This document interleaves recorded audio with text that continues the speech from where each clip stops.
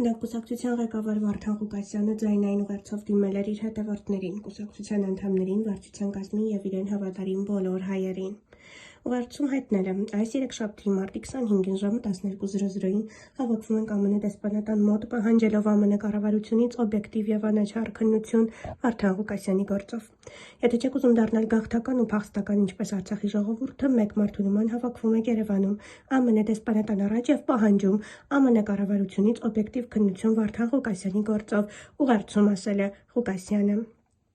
Ինձ փակելով Հայաստանի վերջն է լինելու։ Ես ուզում եմ դուք չդառնաք Ադրբեջանի մասնիկ, նամանավանդ սա վերաբերում է այն անձանց, ովքեր ունեն վիլաներ, գործարաններ, շքեղ առանձնատներ ՀՀ-ում, ինչպես նաև շրջաններում։ Այնինչ տեղի է ունեցել Արցախում, դա տեղի է ունենալու Հայաստանում, ասել է Վարդան Ղուկասյանը։